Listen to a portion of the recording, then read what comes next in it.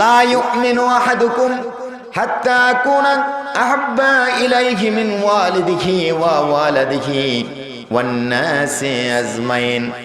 বান্দা, ততক্ষণ পর্যন্ত তুমি কামেলে মুমিন হতে পারবে না, ততক্ষণ পর্যন্ত তুমি পরিপূর্ণ ঈমানদার হতে পারবে না, যতক্ষণ পর্যন্ত তুমি তোমার নিজের জীবনের চেয়ে এবং তোমার পরিবারবর্গ, এমনকি তোমার বাবা মায়ের চেয়ে, এমনকি তোমার ছেলে সন্তানের চেয়ে, এমনকি তামাম পৃথিবীর মানুষের চেয়ে রাসূলুল্লাহ সাল্লাল্লাহু আলাইহি ওয়াসাল্লামকে আমরা বেশি ভালোবাসতে না পারলাম।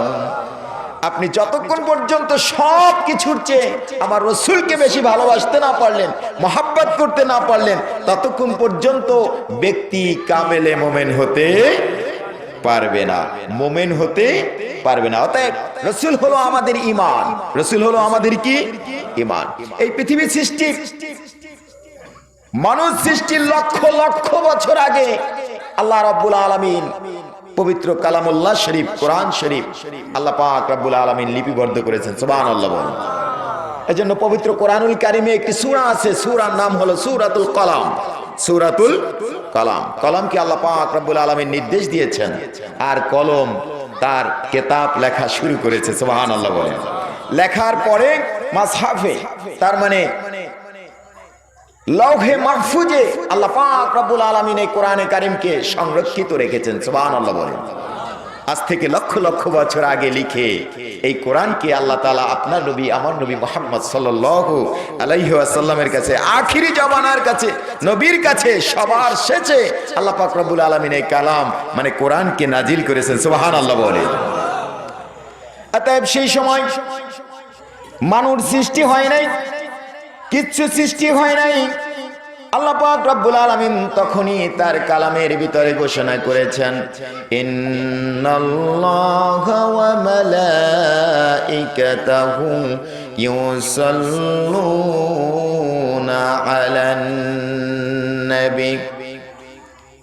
যে तमाम পৃথিবীবাসী জেনে রাখো, ইন্না, নিশ্চয়ই আল্লাহ তাআলা এবং তার ফেরেশতারা আমার নবীর উপরে দুরূদ প্রেরণ করেন। বলে সুবহানাল্লাহ। সে সময় নবী এসেছেন, সে সময় নবী এসেছেন। অতএব আল্লাহ রাব্বুল আলামিন সে সময় বলেছেন ইউসাল্লুন, দুরূদ প্রেরণ করিতেছেন এবং করবেন, দুরূদ প্রেরণ করিতেছেন এবং করবেন। সুবহানাল্লাহ বলে। অতএব সেই সময় আল্লাহ রাব্বুল আলামিন বললেন যে দুরূদ প্রেরণ হইতেছে, হবে। কিয়ামত পর্যন্ত আমার রাসূলের প্রতি আমরা দোয়া এবং দুরূদ প্রেরণ করতেছি এবং করব। বলেন সুবহানাল্লাহ। নামাজের মধ্যেও আমরা দুরূদ প্রেরণ করি। এজন্য রাসূল পাক সাল্লাল্লাহু আলাইহি ওয়াসাল্লাম বলেছেন, যেই দোয়ার মধ্যে আমি নবীর দুরূদ নাই, সেই দোয়া আল্লাহর কাছে গ্রহণযোগ্য হয় না। তার মানে আগা মাথায় রাসূলুল্লাহ সাল্লাল্লাহু আলাইহি ওয়াসাল্লামের দুরূদ লাগবে। বলেন সুবহানাল্লাহ। এজন্য আমরা নামাজ আদায় করি, নামাজের শেষে আমরা রাসূলের প্রতি দুরূদ আদায় করি, করি কিনা বলেন? নামাজের শেষ বৈঠকে আমরা দুরূদ আদায় করি। অথচ নামাজ যদি 4 রাকাত বিশিষ্ট হয়, মাঝখানের বৈঠকে আমরা দুরূদ পড়ি, কিন্তু আমরা শেষ বৈঠকে আমরা কার প্রতি দুরূদ সালাম পড়ি বলেন? আরো জোরে বলি, কার প্রতি দুরূদ সালাম আদায় করি? আমার রাসূলের প্রতি দুরূদ সালাম আদায় করি। সুবহানাল্লাহ। অতএব আল্লাহ রাব্বুল আলামিন তার হাবিব মুহাম্মদ সাল্লাল্লাহু আলাইহি ওয়াসাল্লামের প্রতি যখন দুরূদ হয়, ওই দোয়াটাকে সরাসরি কবুল করে না। আমি পবিত্র কালাম থেকে একখানা আয়াত আপনাদের খেদমতে তেলাওয়াত করেছি। এবছরের এই মাহফিলে প্রায় জায়গায় আমি এই আয়াতের ব্যাখ্যা করেছি বা এর আয়াতের ভিত্তিতে দুই একটি কথা বলেছি। কারণ আমাদের যে সামাজিক অবস্থা এখন, আমি প্রায় বলি যে প্রত্যেকটা মানুষের জীবনে এখন এমন কোন মানুষ নাই যে দুই একটা মহফিল না জানে। যদি প্রত্যেক জনে উঠে দেওয়া হয়, আপনি একটু মহফিল করেন, চার দোকানে মহফিলের কোনো অভাব নাই, আছে নাকি? মহফিল আর মহফিল আছে না? মোবাইলে মহফিল, 10 টাকার মোবাইলে যদি মহফিল ভরে তাহলে 1 মাস মহফিল শোনা যায় কিনা বলেন? একসাথে কয়েকশো মাহফিল আপনি কয়খান করে শুনবেন। অতএব মাহফিলের অভাব নাই। অভাব কিসের বলেন? অভাব কিসের বলেন? আমলের। অভাবটা কিসের? আমলের মাহফিল হচ্ছে, আলোচনা হচ্ছে, রাসূলের জীবনী আলোচনা হচ্ছে, কোরআনের কথাগুলি আলোচনা হচ্ছে, কিন্তু শুনে গেলাম শুধুমাত্র পরের দিন শুধু এতটুকু আলোচনা করি যে হুজুরের কণ্ঠ খুব ভালো, অথবা হুজুরে ভালো আলোচনা করছে, কিন্তু কি আলোচনা করছে এটা আমাদের আর খেয়াল নাই। এই আলোচনার কথা আর খেয়াল, ব্যক্তি জীবনে যে আমাকে আমল করতে হবে সেটা, এই ব্যাপারে আমাদের কোনো কথা নাই। আগেরকার মানুষরা এই জন্য তাদের আমলের প্রতি গুরুত্ব দিতেন। আল্লাহ পাক রব্বুল আলামিন তাদের সম্মানকে বাড়িয়ে দিয়েছেন, সুবহানাল্লাহ বলেন। আল্লাহ পাক রব্বুল আলামিন তাদের সম্মানকে বাড়িয়ে দিয়েছেন। বুখারীর হাদিস, রাসূল পাক সাল্লাল্লাহু আলাইহি ওয়াসাল্লাম বলেছেন যে বান্দা যখন আমার কথাগুলি শোনে আর সেই অনুপাতে যদি মানে আমল করে, তাহলে রাসূল পাক সাল্লাল্লাহু আলাইহি ওয়াসাল্লাম বলেছেন যে বান্দার হাত আল্লাহ পাকের কুদরতি হাতে পরিণত হয়, সুবহানাল্লাহ বলেন। বান্দার পা, বান্দার কান সমুখ, বান্দার চোখ, বান্দার মুখ আল্লাহ পাক রব্বুল আলামিনের কুদরতি মুখ, কান, হাতে পরিণত হয়ে যায়। এর মানে হলো এমন বান্দা এমন কোনো জায়গায় যেতে পারে না যেটা আল্লাহর নির্দেশিত জায়গা নয়। বান্দা এমন কিছু ধরতে পারে না যেটা আল্লাহ অপছন্দ করবেন। বান্দা এমন কিছু নিজের কানে শুনতে পাবে না, বান্দা এমন কিছু নিজের চোখ দিয়ে দেখবে না, বান্দা এমন কোনো কথা মুখ দিয়ে বলবে না যেটা আল্লাহ তাআলা চান না, সুবহানাল্লাহ বলে। আর যখন বান্দা আল্লাহর হয়ে যায় তখন বান্দার মুখ থেকে যেটা বের হয় আমার আল্লাহ রব্বুল আলামিন সেইটা পৃথিবীতে বা সেই যুগে সেটা মানে কাজটা পরিণত করে দেখায় দেয়, সুবহানাল্লাহ বলে। অসংখ্য নবী রাসূল পৃথিবীতে এসেছে, অসংখ্য নবী রাসূল পৃথিবীতে এসেছে। নবীদের পর আল্লাহ পাক রব্বুল আলামিন আখিরি জামানার নবী মুহাম্মদ সাল্লাল্লাহু আলাইহি ওয়াসাল্লামকে এই পৃথিবীর জমিনে প্রেরণ করেছেন, সুবহানাল্লাহ বলেন। তার প্রেরণের পূর্বে অসংখ্য আলামত তারিখে ইবনে জারির এবং আল্লামা জালালউদ্দিন রুমি রাহমাতুল্লাহি আলাইহি তার একটি কিতাবের ভিতরে রেখেছেন। আল্লাহ রব্বুল আলামিন तमाम পৃথিবীকে সাজিয়েছেন সুন্দর করে, একমাত্র কারণ হলো আখিরি জামানার পয়গম্বর মুহাম্মদ সাল্লাল্লাহু আলাইহি ওয়াসাল্লামকে এই পৃথিবীতে পাঠাবেন বলে, সুবহানাল্লাহ। এই যে মক্কা শুধুমাত্র পাহাড়ি অঞ্চল, এই অঞ্চলটাকে আল্লাহ পাক রব্বুল আলামিন তার বন্ধু হযরতে ইব্রাহিম আলাইহিস সালাম এবং তার গোটা পরিবারের মাধ্যমে আল্লাহ পাক রব্বুল আলামিন সাজিয়ে দিয়েছেন, সুবহানাল্লাহ বলেন। তার হাবিব আসবেন তার থেকে শত শত বছর পরে, তার আগেই পবিত্র কাবা শরীফকে সুন্দর করে আবার নির্মাণ করে জায়গাটাকে আবাদ করে দিয়েছেন। এরপরে জমজমের পানির মাধ্যমে এই জায়গাটা মানুষের বসবাসের জন্য উল্লেখযোগ্য করে দিয়েছেন, সুবহানাল্লাহ বলেন। একমাত্র কারণ সেই জায়গায় আল্লাহর হাবিব মুহাম্মদ সাল্লাল্লাহু আলাইহি ওয়াসাল্লাম আসবেন, সুবহানাল্লাহ বলেন। সেই নবী মুহাম্মদ সাল্লাল্লাহু আলাইহি ওয়াসাল্লাম আসলেন। আল্লাহ রাব্বুল আলামিন বললেন, বান্দা তোমাদের জন্য আমার হাবিব হলেন উত্তম আদর্শ। লাকাদ কানা লাকুম ফি রাসূলিল্লাহি উসওয়াতুন হাসানাহ। আল্লাহ পাক জানালে দিলেন, বান্দা তুমি যে ধরনের কাজ করো না কেন আমার রাসূলুল্লাহ তার মানে আমার নবীর জীবনী তালাশ করবে, নবীর জীবনী খোঁজ করবে, দেখবে তোমার ফয়সালা আমার নবীর জীবনীর মধ্যে রয়েছে।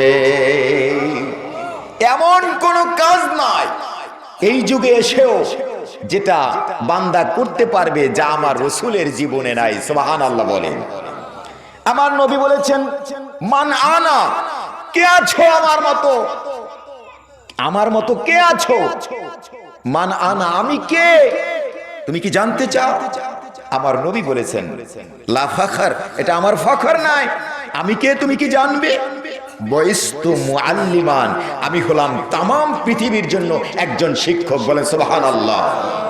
অথচ এই নবী মুহাম্মদ সাল্লাল্লাহু আলাইহি ওয়াসাল্লাম একটা অক্ষর পৃথিবীর কোন টিচার কোন শিক্ষকের কাছে শিখেছেন এরকমের কোন ইতিহাস পাওয়া যায় একটা অক্ষরও তিনি কারো কাছে শিখেছেন এভাবে কোনো ইতিহাস পাওয়া যায়? অথচ তিনি বলেছেন, তুমি কি জানো আমি কে? আমি হলাম বয়স্তু মুআল্লিমান, আমি হলাম তামাম পৃথিবীর জন্য শিক্ষক। বলেন সুবহানাল্লাহ।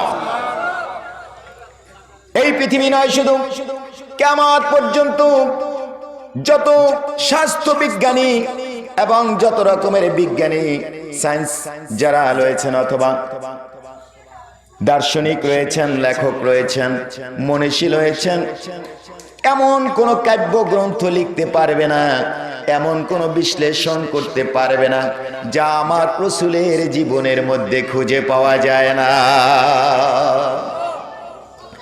আজ থেকে 1450 বছর আগে আবার নবী মুহাম্মদ সাল্লাল্লাহু আলাইহি ওয়াসাল্লাম বলেছেন যে তুমি প্রতিটি কাজে দোয়া পড়বে। কি করবে? দোয়া করবে। পবিত্র কোরআনুল কারীমের 108 খানা আয়াত রয়েছে দোয়া। মসজিদে ঢোকার জন্য একখানা দোয়া রয়েছে, রয়েছে কিনা বলেন? মসজিদে কেমন করে আপনি ঢুকবেন, কোন পা দিয়ে মসজিদে ঢুকবেন, তারও কায়দা আল্লাহ রাসূল বর্ণনা করে দিয়েছেন। সুবহানাল্লাহ বলেন। আপনি যদি ঠেকে যান কোথাও, যদি মনে করেন যে এখন আমি কি করব আর কি করব না, এমন অবস্থা যদি আপনার ভিতরে হয়ে যায়, তাহলে আপনি অবশ্যই আমার রাসূলের জীবনী তালাশ করেন, দেখবেন সমাধান, ওই বিষয়ের সমাধান আল্লাহর রাসূল আজ থেকে 1450 বছর আগে দিয়ে দিয়েছে। আজ থেকে 1450 বছর আগে আমার নবী মুহাম্মদ সাল্লাল্লাহু আলাইহি ওয়াসাল্লাম বললেন, মসজিদে তুমি উঠবে ডান পা দিয়ে। কোন পা দিয়ে? আর একটু জোরে বলেন, কোন পা দিয়ে? ডান পা দিয়ে উঠবে। আর নামবে কোন পা দিয়ে? বাম পা দিয়ে। বাথরুমে যাবে তুমি বাম পা দিয়ে, আর বাথরুম শেষে বাথরুম থেকে তুমি নামবে কোন পা দিয়ে? আর একটু জোরে বলেন। কেন? এই হাদিস কি আজকে বিজ্ঞানীরা প্রমাণ করেছে, তারা বিশ্লেষণ করে আজকের পেয়েছে। আজ থেকে মাত্র 7 বছর আগে তারা প্রমাণ করলো যে কেন রাসূলুল্লাহ সাল্লাল্লাহু আলাইহি ওয়াসাল্লাম এই কথা বলেছেন। ডান পা যদি কোন বান্দার ডান পা যদি সামনের দিকে থাকে, ডান পা যদি সামনে থাকে, ওই অবস্থায় দাঁড়ানো অবস্থায় বান্দা যদি মারা যায়, তাহলে ওই বান্দার লাশটা সামনের দিকে পড়বে। কোন দিকে পড়বে? একটু জোরে বলেন, কোন দিকে পড়বে? সামনের দিকে পড়বে। আর বাম পা যদি সামনের দিকে থাকে, তাহলে ওই ব্যক্তির লাশটা কোথায় পড়বে? পেছনের দিকে পড়বে। আল্লাহ পাকের হাবিব মুহাম্মদ সাল্লাল্লাহু আলাইহি ওয়াসাল্লাম আজ থেকে 1450 বছর আগে, সামনে আসেন, 1450 বছর আগে আল্লাহ রাসূল বর্ণনা করলেন, বান্দা তুমি মসজিদে যখন ঢুকবে, যখন তুমি মসজিদে ঢুকবে তখন ডান পা দিয়ে ঢুকবে। তার মানে হলো মসজিদের গেটে বসে দাঁড়ানো অবস্থায় যদি তোমার জান কান্দানি হয়ে যায়, তাহলে তোমার ডান পা যদি সামনে থাকে, তাহলে মরার পরে তোমার লাশটা কোথায় পড়বে? একটু জোরে বলেন, কোথায় পড়বে?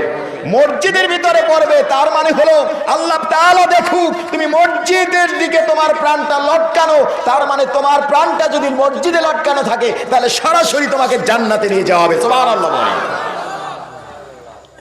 বাম পা দিয়ে তুমি মসজিদ থেকে নামবে, তার মানে হলো ওই অবস্থায় যদি তুমি মারা যাও, তাহলে তোমার লাশটা কোন দিকে পড়বে? তাহলে মসজিদের ভিতরে পড়বে।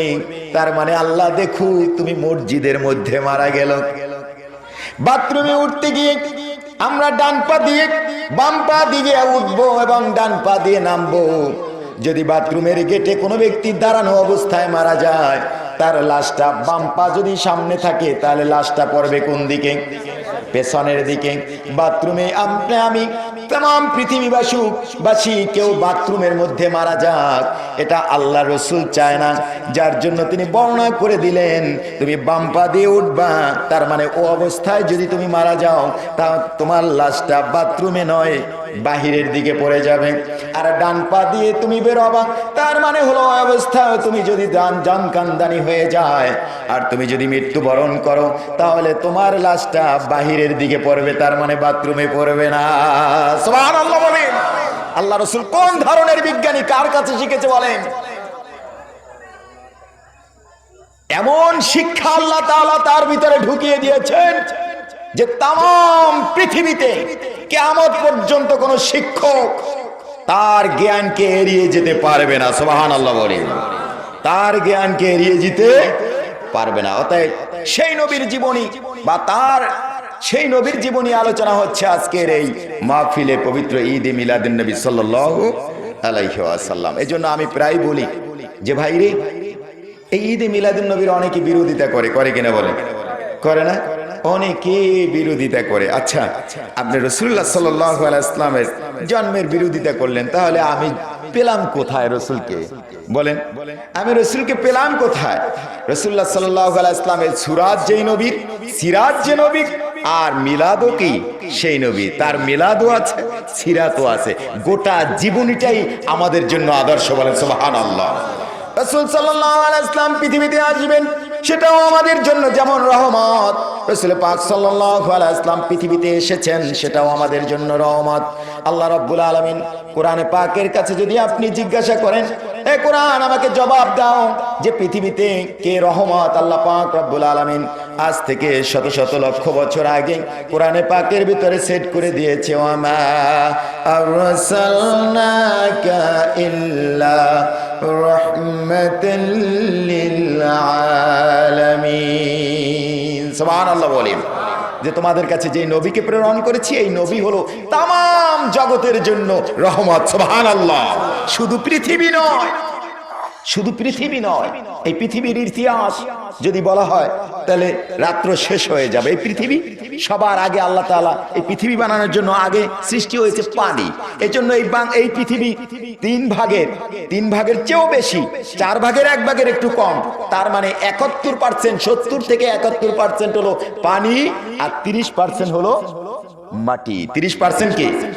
তামাম পৃথিবীটাকে যদি হিসাব করেন তাহলে 70% পানি আর 30% কি?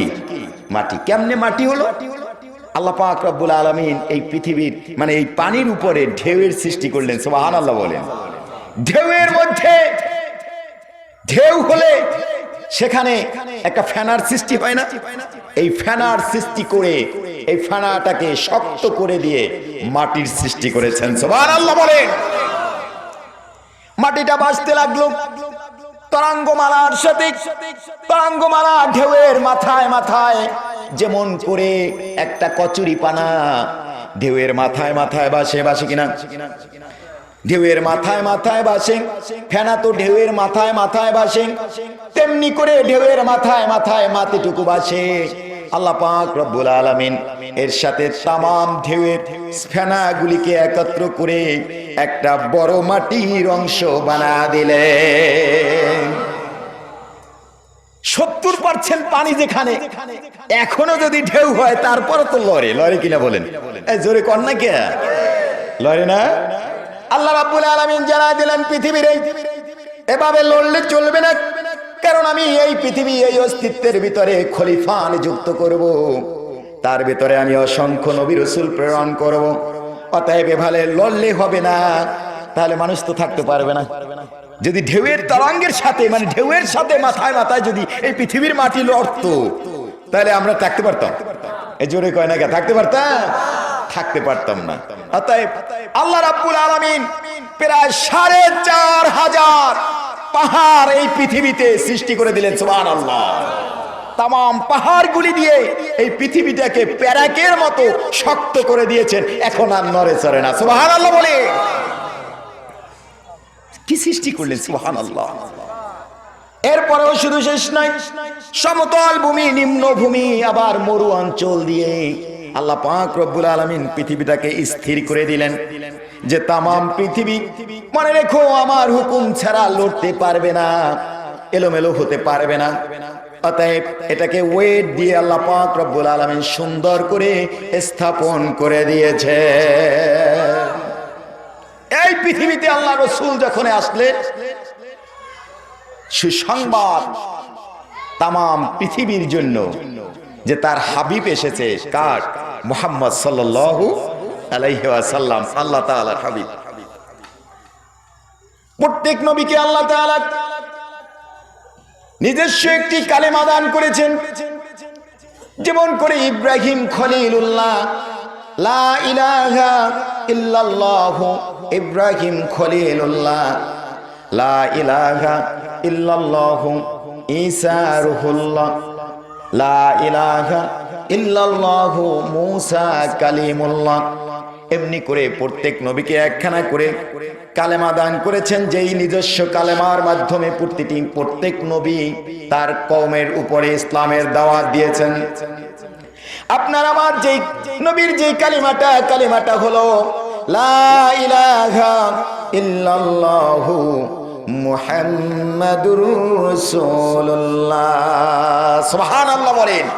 तमाम পৃথিবীর অসংখ্য নবী রাসূল এসেছেন, কিন্তু কোন নবী রাসূলের কালেমার পরে রাসূল শব্দটা নাই। শুধুমাত্র একজন নবী, যেই নবীর কালেমার পরে রাসূলুল্লাহ সাল্লাল্লাহু আলাইহি ওয়াসাল্লাম কথাটি আল্লাহ তাআলা শেষ করে দিয়েছেন মুহাম্মাদুর রাসূলুল্লাহ। সুবহানাল্লাহ বলেন। অতএব সেই নবী পৃথিবীতে আসবেন, সুসংবাদ দিলেন, পৃথিবীটাই অন্যরকম হয়ে গেল। তামাম পৃথিবী রহমত দিয়ে ভরে দিলেন আল্লাহ তাআলা, তামাম পৃথিবীটাকে রহমত দিয়ে ভরে দিলেন আল্লাহ তাআলা। এই নবী আমাদের জন্য আদর্শ, এই নবী আমাদের জন্য কি আদর্শ, তার তামাম জীবনটাই আমাদের জন্য আদর্শ। আজকাল আমাদের যুবকরা আদর্শ শেখে বিভিন্ন মিডিয়ার খেলোয়াড়, নায়ক নায়িকা, বিভিন্ন দের কাছ থেকে, বিভিন্ন দেশের কালচার থেকে আদর্শ শেখে নিয়ে বলে তাদের চুল কাটা, তাদের প্যান্ট শার্ট, তাদের কৃতিকর্ম, তাদের কাজকর্ম যা কিছু করে সব খেলোয়াড়দেরকে দেখে দেখে। আমি প্রায় বলে থাকি যে অনেক ছাত্র আছে যে টুপির নিচে এই পাশ দিয়ে বোঝা যায় যে এত সুন্দর করে চুল কাটছে, মনে হয় যেন সুন্নতি চুল কাটছে। আরে রহমত, কি সুন্দর চুল কাটছে ছেলেটা, আছে না? এরপরে যাই যদি কোনোভাবে টুপিটা জায়গায়, তা উপর থেকে জাক করে এক সাটি চুল পরে মনে হয় উপরে সব ঝুটি বাঁধা চুল, আর নিচ থেকে এত সুন্দর করে পাতলা করে কাটছে, মনে হয় যেন সুন্নতি চুল কাটছে। মনে হয় আপনি শুকরিয়া আদায় করবেন যখন টুপিটা জাগাবেন, দেখবেন যে উপরে সব কত অনেক বড় বড় চুল। এই কালচার কোত্থেকে শিখলো আমাদের যুবকরা? আমাদের মা বোনেরা আদর্শ নিয়েছে স্টার জলসা থেকে, কি থেকে? স্টার জলসা, আরো কি কি, জি বাংলা, আর কি, হ্যাঁ এই তো বলতেও পারতেছি না। আল্লাহু আকবার। স্টার জলসা, জি বাংলা, স্টার জলসা, জি বাংলা থেকে আমাদের মা বোনেরা আজকাল স্বামীকে কি করে আঘাত করতে হয়, মারধর করতে হয়, কি করে শাশুড়ির সাথে খারাপ ব্যবহার করতে হয়, কিভাবে অন্যের সাথে পরকিয়া করতে হয়, এই মিডিয়ার মাধ্যমে আমাদের মা বোনেরা শিখলো। এজন্য দায়ী কে? আমি বলবো, আমি প্রায় এই কথাটা বলি যে আমার প্রতিটি মানুষ, এই যুগের প্রতিটি ঘরে ঘরে একজন করে চেয়ারম্যান আছে না? প্রতিটি ঘরের চেয়ারম্যান আছে কিনা বলে? এই চেয়ারম্যান সাহেব, আপনারা যারা আসছেন, আমি সব মুরব্বী আজকের মাহফিলে সুবহানাল্লাহ বলি, এই প্রত্যেকে একজন চেয়ারম্যান। আর প্রত্যেক চেয়ারম্যানগুলি কিন্তু কাল কিয়ামতের ময়দানে ধরা পড়ে যাবেন। অতএব আমরা জীবন আদর্শ নিব আমার রাসূল থেকে। কার থেকে বলেন? কার থেকে? রাসূল থেকে। আমরা যেন আমাদের আদর্শটা আমার নবীর থেকে নিতে পারি, নবীর উত্তম আদর্শে আমরা যেন রঙিন হতে পারি, সে তৌফিক যেন মহান রব আমাদেরকে দান করেন। বলেন আল্লাহুম্মা আমিন।